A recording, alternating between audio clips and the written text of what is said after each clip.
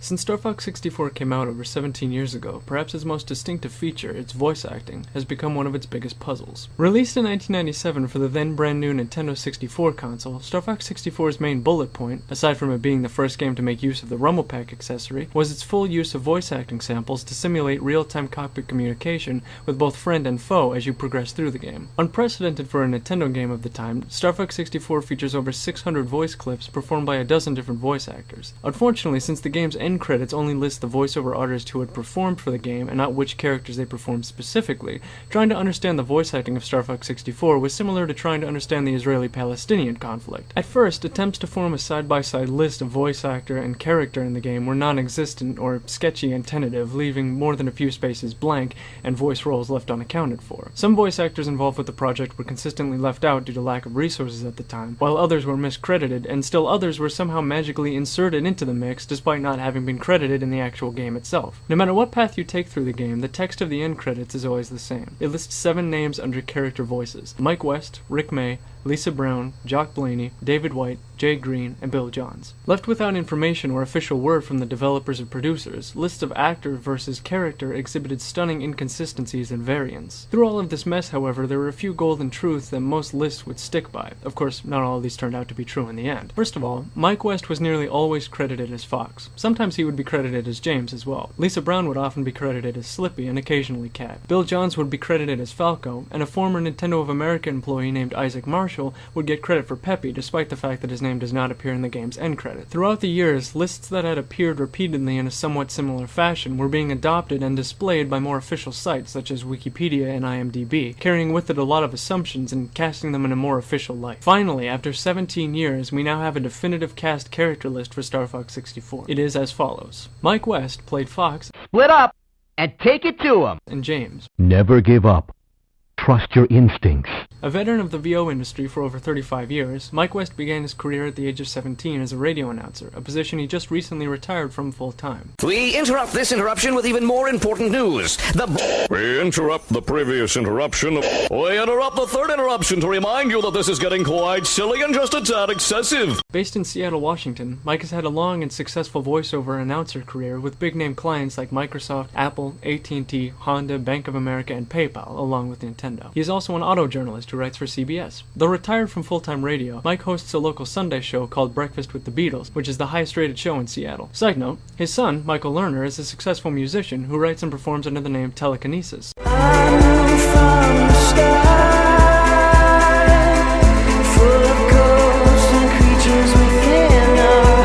His music has been featured in many television shows and commercials. Rick May performed Peppy. You're becoming more like your father. And Andros. I've been waiting for you, Star Fox. Rick's first video game appearance was the 1997 game Claw by Monolith Productions, but his most notorious and recent voice characterization is the soldier from Valve's Team Fortress 2. Hello, Miss Pauling. We killed everybody and took a briefcase. You can totally hear Peppy in there, I'm sorry. We cannot teleport bread anymore. Thankfully, Rick May confirmed his specific involvement in the game directly. Lisa Brown voiced Slippy. Fox, get this guy off me! Cat. Mess with me and you'll get scratched. And the Spyborg boss from Sector X. Where is the enemy? After getting her degree in acting, Lisa Brown has been providing VO and voice characterization for many years. Hi, I'm Lisa. I'm a Starbucks customer. My dog's name's Hilda. She's a mutt. She's black and white. The last time we went on our walk, I stopped in to get my caramel frappuccino, and they have a new drink. It's a caramel espresso frappuccino. Once you combine it with caramel, it just makes a whole new whirlpool of flavors. That's a weird thing to say, but it's true. In addition to recording Audie-nominated audiobooks with a spoken word production company she co-owns, Cedar House Audio. Cedar House Audio also provides sound design and recording services in addition to voice talent, and have worked on such games as Halo 2, The Sims 2, Crackdown, Monday Night Combat, and the Dead or Alive series. She has also had a series of on-screen acting roles in addition to her voice work. Did you drop something, dear? Jock Blaney was Wolf. What the heck? Granga Pilot. You are starting to annoy me. And Bill. Fox, that's one of ours. Jock has lent his voice to many different video game projects, including the Fierce series and Professor Layton and the Diabolical Box. Oh, Mr. Smythe, come in. Oh, I'm sorry, my name is Smith. No, I'm sure it's Smythe. Well, I should know my own name. Well, let me spell it for you. MTHYWXYC6. Well, that's not even a word. Of course it is. It's spelled Smythe. No, it's not. Well, I'm very sorry, but you are wrong. I beg your pardon? Your time is up. Get out. He was also nice enough to respond to our inquiries about his roles in Star Fox 64, thereby hoping to clear up the vast amount of confusion. David White, now often credited as David Frederick White, voiced General Pepper. What? Rob 64. Good luck, Fox. Pigma. Too bad Dad's not here to see you fail. And the attack carrier pilot. I've got a present for you. A 1990 graduate of the University of Washington School of Drama and an equity actor, David began performing in theater, but now mostly acts in films and in voiceover works. He has served as the narrator in Kirby's Epic Yarn. Welcome to Dreamland, a kingdom famous for peace and quiet. As well as providing voices for Monday Night Combat, Halo 3, Infamous, and Mario Golf. Jay Green, credited as Jay Green in Star Fox 64, played Leon. You're not as tough as I thought. The Shogun pilot. Cocky little freak! The Sorrow Marine captain. Disrespectful little whelps! Macbeth. Step on the gas! And the Area 6 general. These guys are crazy! As well as serving as the narrator. Corneria, fourth planet of the Lilat system. Unfortunately, I could find very little information on Jay Green, which is why there's no picture of him in the video at this moment. My search turned up similarly null for other voice roles he's performed. And finally, Bill Johns performed as Falco. Gee, I've been saved by Fox. How swell. Andrew. Get to the pond, Froggy. Cayman. Came in here. No problems. And the Meteor Crusher pilot. How about this? A multi-talented fellow, Bill Johns has worked extensively in theater in addition to many feature-length and independent film projects. We're closed.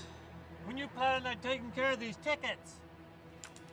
I'm working on it. Bill has taught theater and playwriting at the high school and college level for many years, and is currently an instructor at the Seattle Film Institute and the Overlake School. I think, or I'm confusing him with a different Bill Johns. For the longest time, I had a myriad of questions for how the original dialogue recording for Star Fox 64 worked. It being Nintendo's first foray into this kind of voice production, I wondered how it all worked, auditions, recording, post-production, etc. As virtually no behind-the-scenes information exists on the game, the facts weren't even few and far between, they simply were non-existent. I wondered how the auditions worked, if the voice actors were recorded separately or together, what kind of direction they received, how they formed the voices of the characters they were playing, things like that. I also wondered if Nintendo still possessed the original masters of the recordings. As I said, there was barely even speculation to answer these questions I had, and in fact, that was going to be the crux of this very video. However, in my research, I came upon an interview with Mike West conducted by a member of the Starfox Online forum, wherein he inadvertently answers most of these very questions. It was a fantastic find, both for the sake of this video and just because, well, that's really fucking cool. I just remember getting a call and asking if I could show up in Redmond, Washington at a building on the Nintendo campus. I walked into a room with about 10 people in a circle. They handed me a script and asked me to read for the various characters. I was pretty happy to get a call back with word that I had gotten a few voices for an upcoming game. When asked about his feelings about the financial success of the game, having outsold the sales records of previous hit N64 titles, he said the following. I didn't know that. I just remember getting a game delivered from Nintendo saying thanks. I didn't even own a console at the time. Our kids were delighted when I came home from the store with a box so they could play the game Dad voiced. I also recall getting called into the studio for various commercials and promo spots that I guess they used all over the world.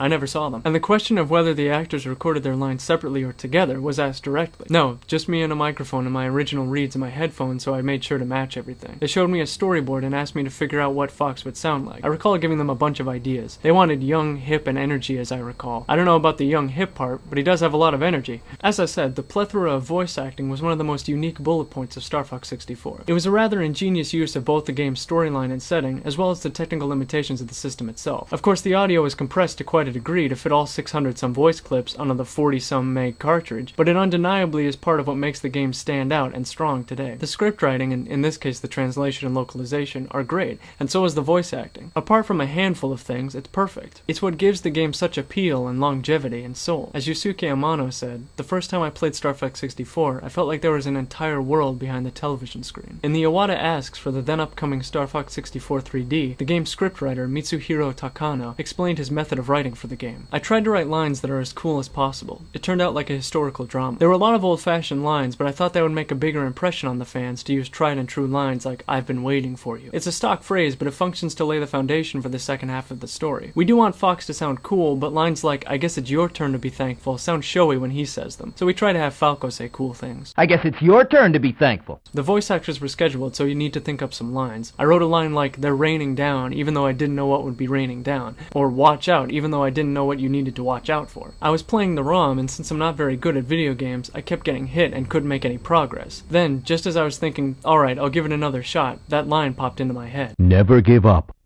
Trust your instincts. The dialogue and character exposition that it creates is what made and still makes Star Fox 64 as rich and deep as it is. Nothing makes you feel as if the situation and characters are real, like actually hearing them progress through their journey and react to what's going on around them. And fixed into the branching paths mechanic of the game itself, different situations create different dialogue, and it's possible to play the game hundreds of times and still discover a transmission you've never heard before. The mix of good voice acting and good writing, combined with the unique situation afforded by the game's construction and time and technology, is a huge part of what makes Star Fox 64 what it is. I can name very few other games that I find as immersive and that make me as interested in the characters and settings. At E3 2010, the 3DS was unveiled, and many older games were announced as getting 3D makeovers for the new console. One of them was Star Fox 64. In addition to the visuals getting a 3D upgrade, the music and voice acting would also receive similar treatment. All of the voice acting was to be completely redubbed for both the original Japanese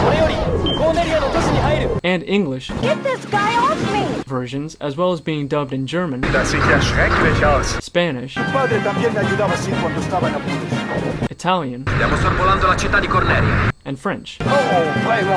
This led to speculation over who would be providing the new voices, and much to my surprise, some of the voice actors from the original game would be reprising their roles in the 3D remake, and retracking all of their lines they had originally performed over a decade ago. Mike West, Lisa Brown, and Jay Green would return to voice their respective characters once again. Unfortunately, as with the original game, there is some confusion and uncertainty over who voiced whom in the new game. Obviously, the roles claimed by the returning voice actors are accounted for, and there are a lot more leads this time, but there are still some unanswered questions. Personally, my favorite new voice actor is Mark Lund, who played Falco. After 17 years, we finally have a definitive list of which voice actor supplied which character's voice, and a general idea of the body of work these voice actors have. Many thanks to the VAs who were kind enough to take the time to answer our questions about this puzzle, especially Mike West. Star Fox 64 is one of my favorite artworks, most likely my favorite, and I definitely look back at playing it as a pivotal part of my life. Knowing more about the individuals who helped to make it come to fruition is very satisfying, and adds flavor to already very strong memories.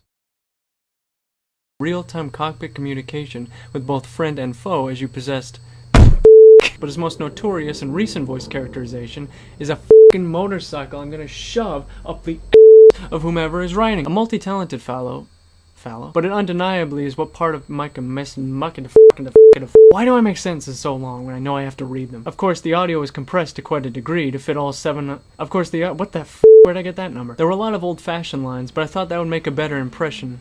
Construction and time and technology is what makes a huge dick in your anus. Technology and time. And oh shit! Oh, my nature box was just delivered! Some of the voice actors from the original game would be reprising their roles in the 3D mirror. It's such a long sentence. Mike West, Lisa Brown, and Mike West, Lisa Brown, and Jay Green would return to respect their voices f***ing suck and then a dick and then a pussy. Personally, my favorite new voice actor is Mark Lund. Lund.